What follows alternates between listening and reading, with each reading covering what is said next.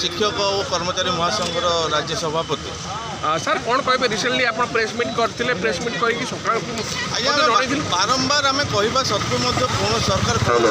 शुणुना आमर चाकरी शर्तावली पेंशन आमर दी थर ग्रांटीनेट देले थे 2009 देले थे 2017 देले ता सत्वे भी ग्रांटीनेट उच्छेद करूना जो ब्लॉक ग्रांट और ग्रांटीनेट मध्य जोटा गोटे पार्थक्य जोटा हूँ चाकरी शर्तावली दी थर ग्रांटीनेट देले मात्र एपर्यंत चाकरी शर्तावली लागू करा जाए ना।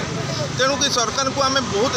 माने नेउरा होगी कहीचु एवं भी अनुरोध करुचु जे शीघ्र अति शीघ्र आमको चाकरी शर्तावली लागू करा जाऊ पेंशन दि जाऊ आमर प्रत्येक मास आमर अनेक कर्मचारी सब आम महाविद्यालय मान के रिटायर्ड कर जो अवस्था देखा भारी मुस्किल हो जाऊँ भारी दुर्विषय हो जाऊँ एणु सरकार को अनुरोध करुचु शीघ्र अति शीघ्र आमर ये चाकरी शर्तावली और पेंशन दाबीटा को पूरण करंतु अन्यथा आग को परीक्षा वैल्युएसन आम असहयोग करने बाध्य हेबू आग को आंदोलन आम दुर्बार करने को बाध्य हो। आज कौन करेंगे